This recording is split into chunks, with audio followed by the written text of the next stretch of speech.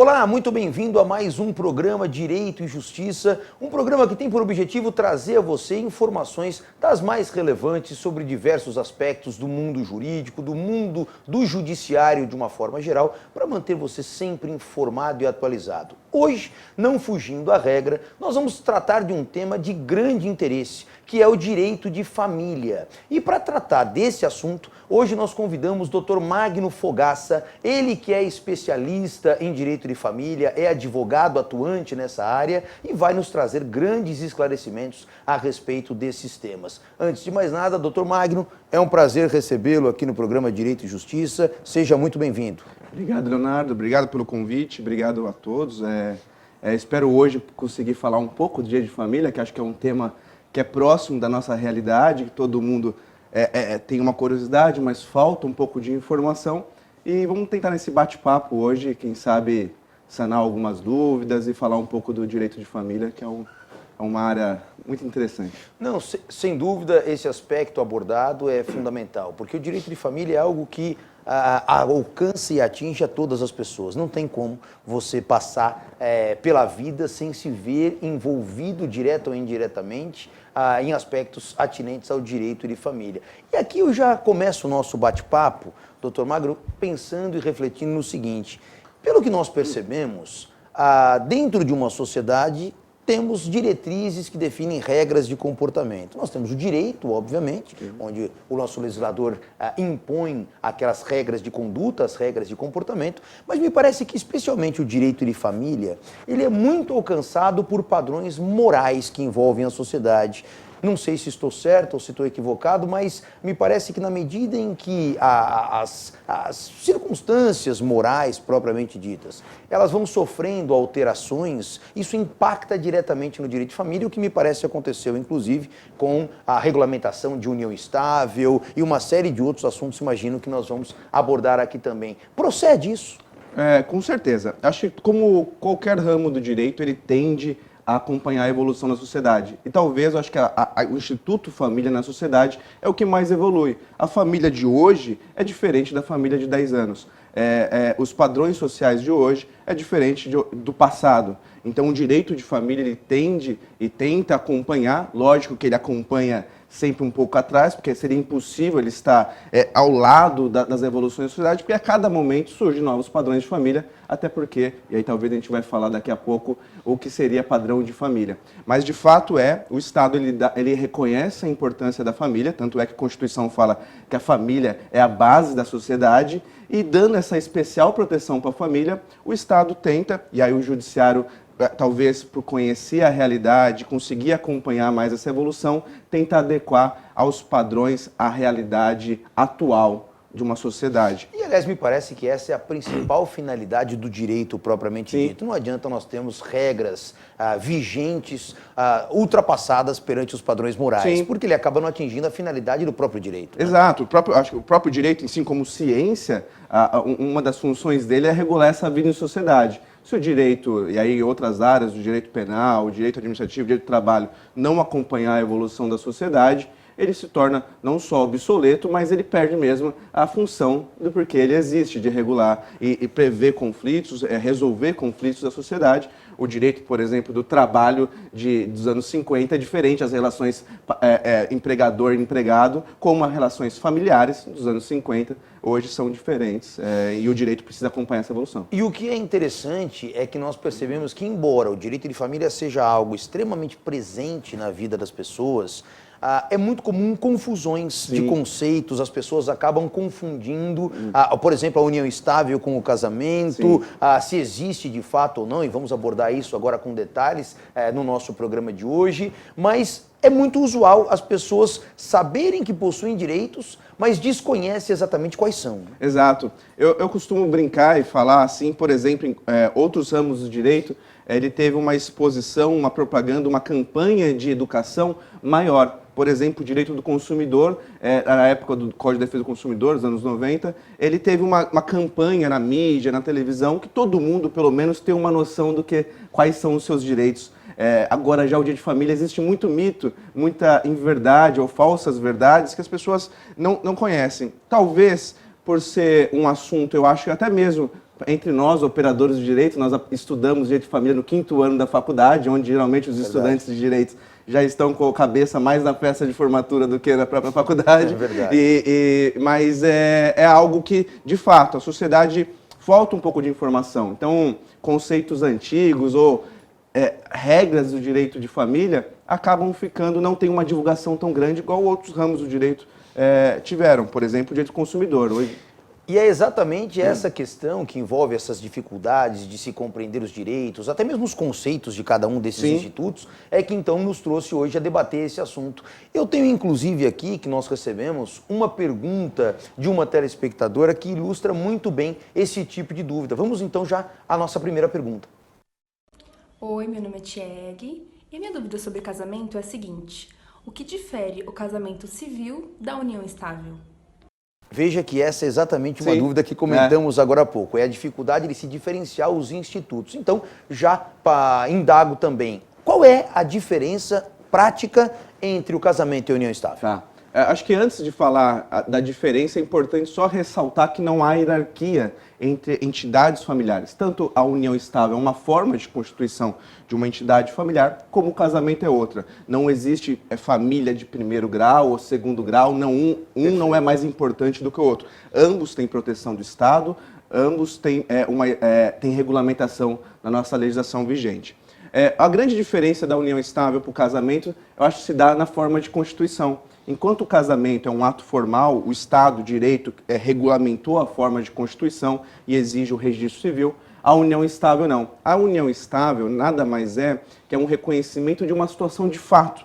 Ou seja, a lei ela elencou alguns requisitos que, uma vez preenchidos esses requisitos, independente de um registro de um cartório ou de uma declaração, de qualquer formalidade, preenchidos esses requisitos, a união estável existirá. Então a lei fala, olha, a união com o objetivo de constituir família duradoura e ininterrupta, ela é uma união estável. Lógico, são conceitos abertos, que geralmente isso é o que leva no judiciário para falar isso é um namoro ou é uma união estável, que é uma outra questão que a gente... Exatamente nesse ponto, eu preciso aqui resgatar um aspecto histórico sobre esse assunto da união estável. Me lembro que a primeira legislação que trabalhou esse tema da união estável foi uma legislação da década de 90, lá de 94. E essa legislação, ela trouxe ali o reconhecimento da união estável, não definindo um prazo de convivência. Isso é uma coisa importante. Eu queria até pegar a sua explicação a respeito disso, porque a partir de que momento, qual é o prazo que se exige, ou pela própria jurisprudência, os tribunais, ou pela legislação, se existia a fixação desse prazo, para que se considere uma união estável? Como é que o legislador hoje, dentro desses requisitos que foram apontados, como que o legislador indica, olha, a partir desse instante está caracterizada a união estável? Uma pergunta comum. Eu namorar muito tempo com uma pessoa, significa que eu vivo com ela em união estável? E uma resposta objetiva é impossível de dar para essa pergunta. Mas, na verdade, o legislador não estabeleceu um prazo mínimo. E acho que também concordo com isso, nem deveria estabelecer, porque imagine só que um casamento, você não precisa de ter vários anos de casado para ser casado. Ou seja, de fato, são esses requisitos objetivos e subjetivos e, principalmente, o objetivo de constituir família.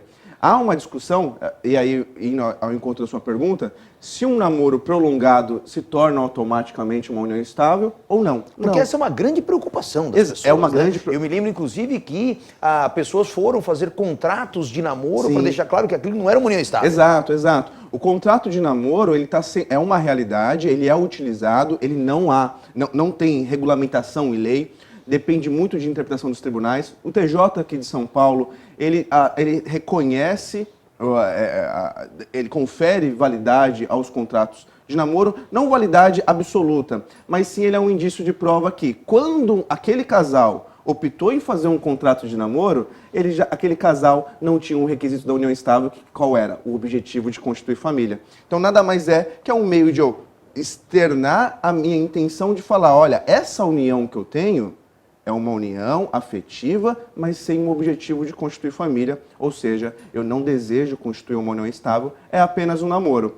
E aí teve um julgado interessante que ele trouxe Na verdade, a doutrina já falava sobre isso, mas ele trouxe a expressão do namoro qualificado. Aí me pergunta... Namoro qualificado. Então, o que vem a ser o namoro qualificado? qualificado? O namoro qualificado seria aquele namoro que a pessoa tem o objetivo de constituir família, mas um objetivo futuro e não atual. Perfeito. E não atual. Então, eu estou num relacionamento estável, tenho um namoro estável, afetivo, e tenho um objetivo de constituir família, mas no futuro. Ou e seja, não é hoje. um namoro estável, não uma união estável. Não, exato. É uma relação estável, mas não uma união estável no sentido estrito, no sentido de entidade familiar protegida pelo direito. Então, esse namoro com o objetivo de constituir família no futuro, ele não é uma união estável e não... Ah, mas por quê? Qual que é a diferenciação?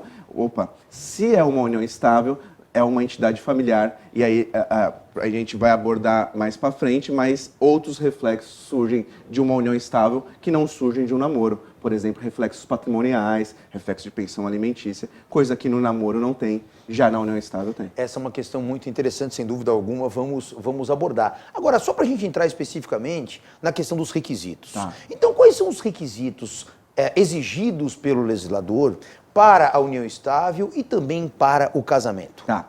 No os requisitos, eles, embora a lei ela estabeleça expressamente para o casamento, são os mesmos requisitos, com exceção das formalidades de constituição, para a união estável. Então, a pessoa tem que ter a idade núbil, que é a partir dos 16 anos, enquanto menor precisa da autorização dos responsáveis, e acima, na maioridade civil, 18 anos, a pessoa não precisa da autorização de ninguém, tanto para casar-se ou para constituir uma união estável.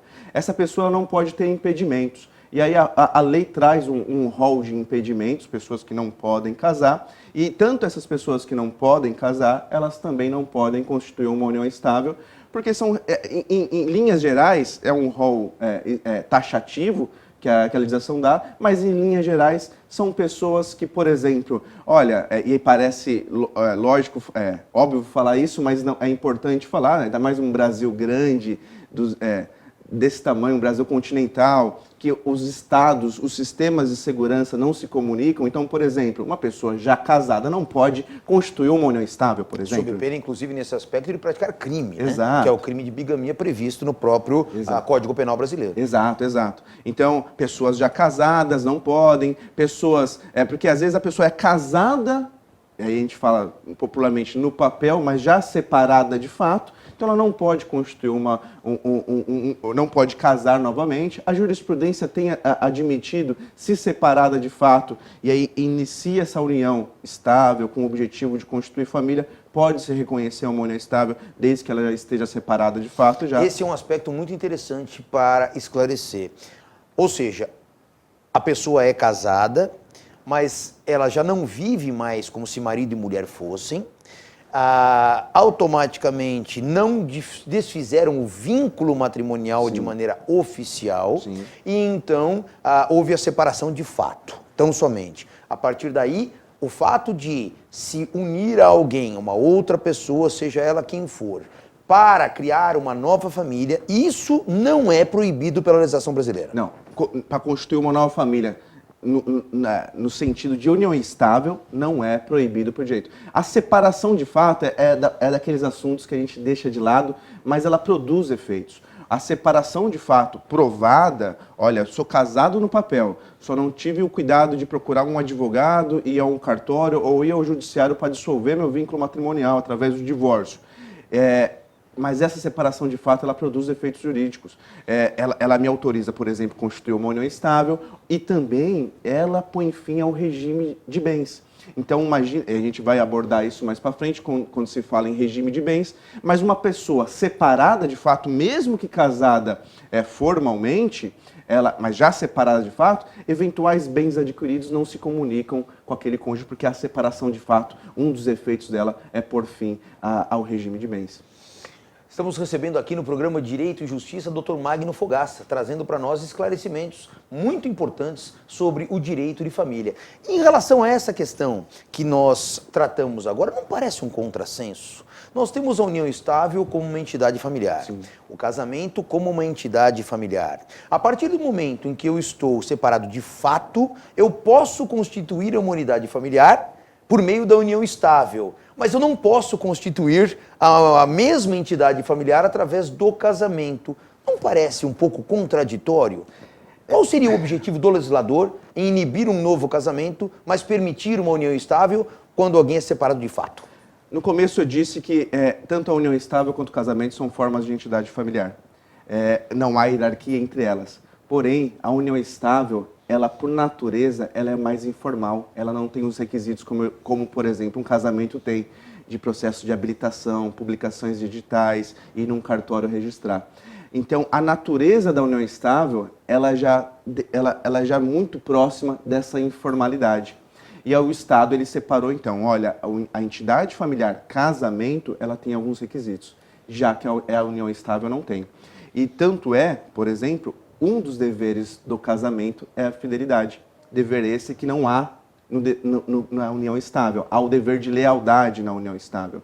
Então, embora sejam entidades familiares, são institutos jurídicos diferentes, com os requisitos diferentes. Então, um casamento, ele exige uma formalidade maior e o Estado, por exigir uma formalidade maior, o Estado colocou alguns requisitos que impossibilitam, por exemplo, 2 casamentos simultâneos ou um casamento, constituição de uma união estável ou de um casamento quando já há outro. Já a união estável, pela essa informalidade da natureza, ele autoriza. Essa informalidade, me parece, então, que gera uma dificuldade maior de prova dessa união estável, né? Porque o casamento, como é um ato formal, você demonstra através da certidão de casamento. Como se faz para provar a existência de uma união estável? A união estável, ela, como eu disse há pouco, ela é uma situação de fato. Então, havendo consenso, as pessoas declarando que vivem em união estável, ali existe uma união estável. Ela não exige uma formalidade, uma certidão de cartório.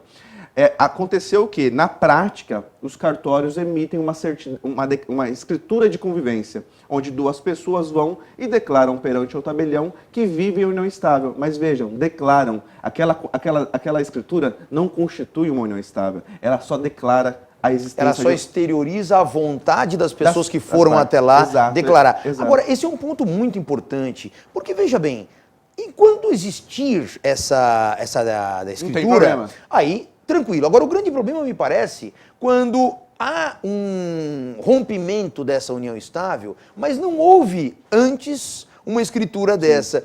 Isso pode acontecer de maneira voluntária ou até mesmo de maneira involuntária, a morte de um dos companheiros, por exemplo. Quer dizer, aquela pessoa que não tem uma escritura de convivência e acontece alguma situação que impõe o desfazimento dessa entidade familiar, qual é o indício, quais são os elementos que ela tem que apresentar e a quem ela deve apresentar para poder ter os seus direitos de união estável reconhecidos? Exato. Só um detalhe importante, essa escritura de convivência, ou escritura de união estável, ela declara, mas ela não é absoluta também.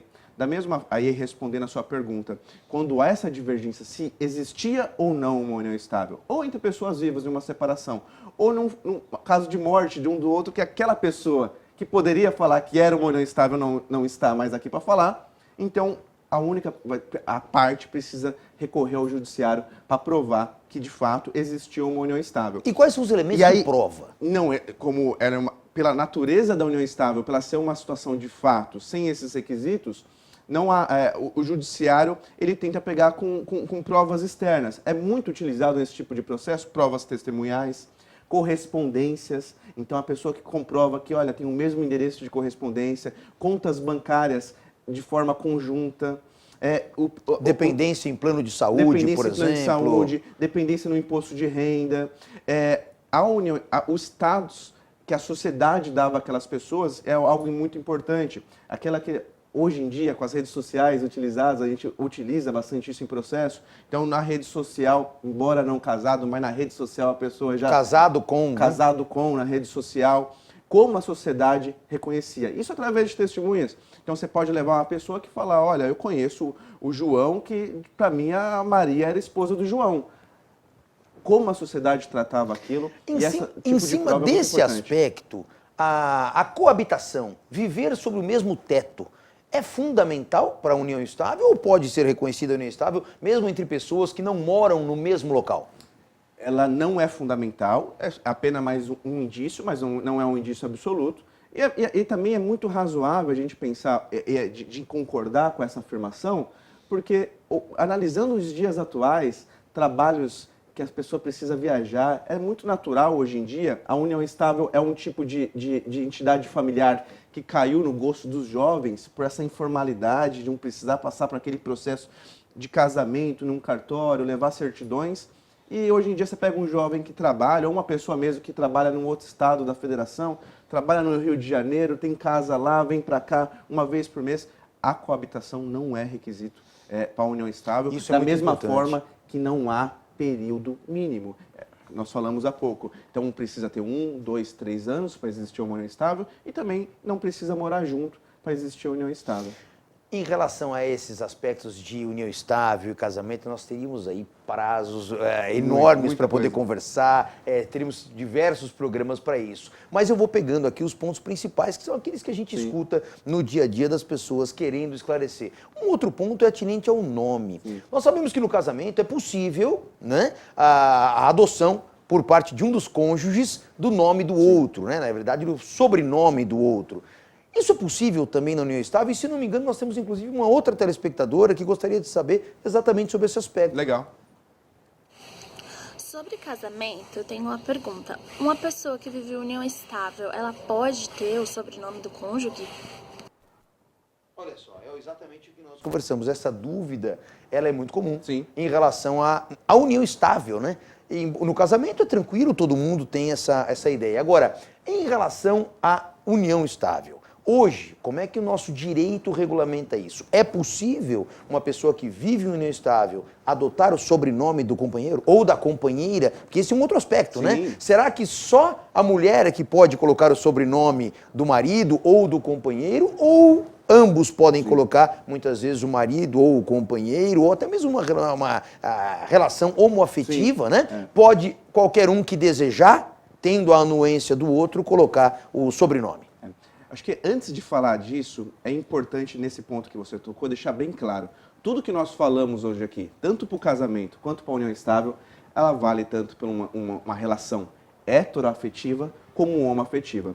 O direito brasileiro reconhece a entidade familiar de pessoas do mesmo sexo, confere a mesma validade para as pessoas de sexos diferentes. Então não há distinção jurídica. Tudo que nós falamos aqui com relação ao casamento, com relação à união estável, se aplica para casais, homem e mulher, ou pessoas do mesmo sexo. Não há diferenciação. Que são as relações homoafetivas. São relações homoafetivas.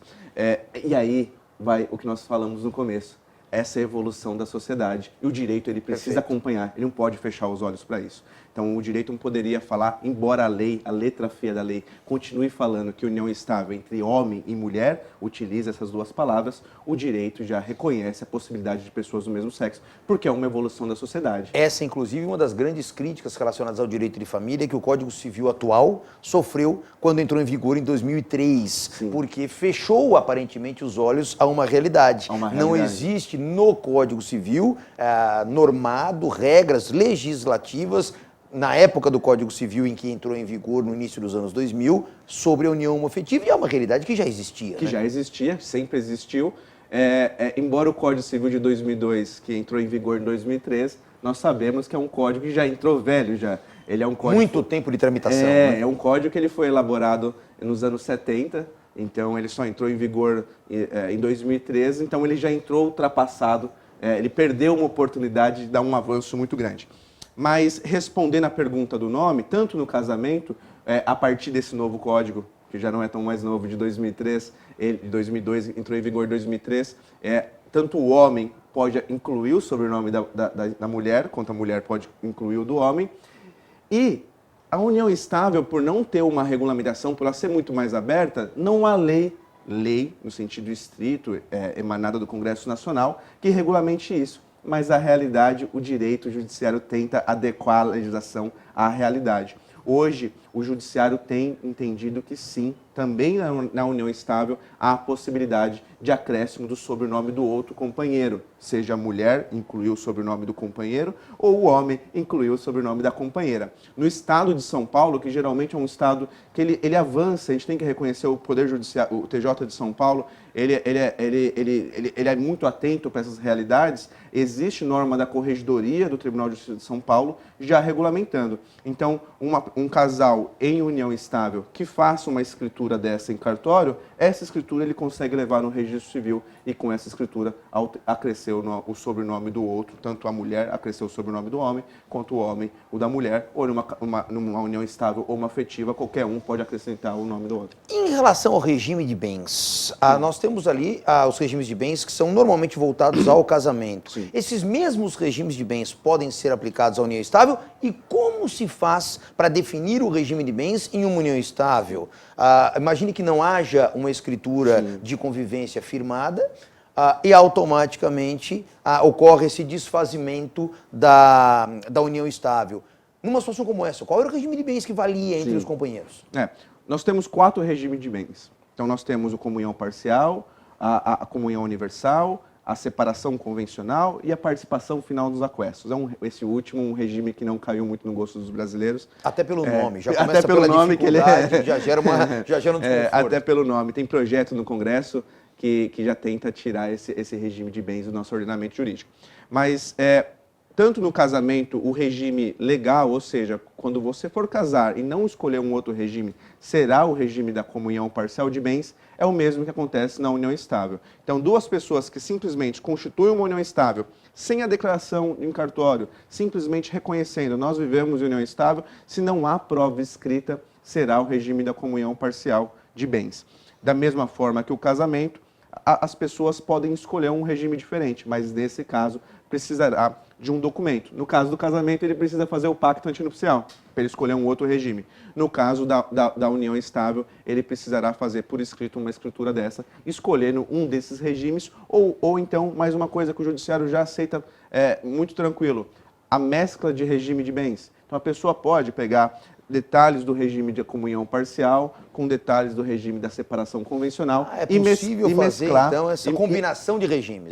Então, por exemplo, até um pouco comum as pessoas fazem, olha, eu tenho um regime de comunhão parcial de bens para bens móveis e bens imóveis é um regime de separação convencional. Ou seja, o que eu comprar de bem imóvel é de cada um, de quem comprar, separação convencional, e os bens móveis serão divididos aqueles que foram adquiridos na constância dessa união estável ou do casamento. Muito interessante essa questão e eu tenho a impressão que para nós, vamos chegando aqui ao final do nosso programa, passa veja rápido. que nós temos aí assunto para tratar durante bastante tempo ainda, já fica aqui o convite para retornar uma próxima oportunidade. Será um prazer. Mas a questão principal agora para que a gente possa caminhar à conclusão do nosso programa Direito e Justiça de hoje.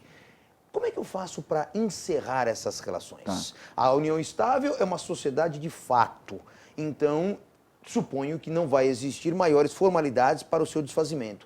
E o casamento? Eu preciso ingressar com uma ação judicial ou posso fazer em cartório essa dissolução? Sim. Desde 2007, o judiciário começou uma onda de tirar problemas que antigamente só eram tratados no judiciário e levar para os cartórios. Em 2007, até na vigência do Código de Processo Civil anterior, veio uma lei que alterou e trouxe a possibilidade do divórcio, do inventário também, mas não é o assunto de hoje, mas o divórcio em cartório.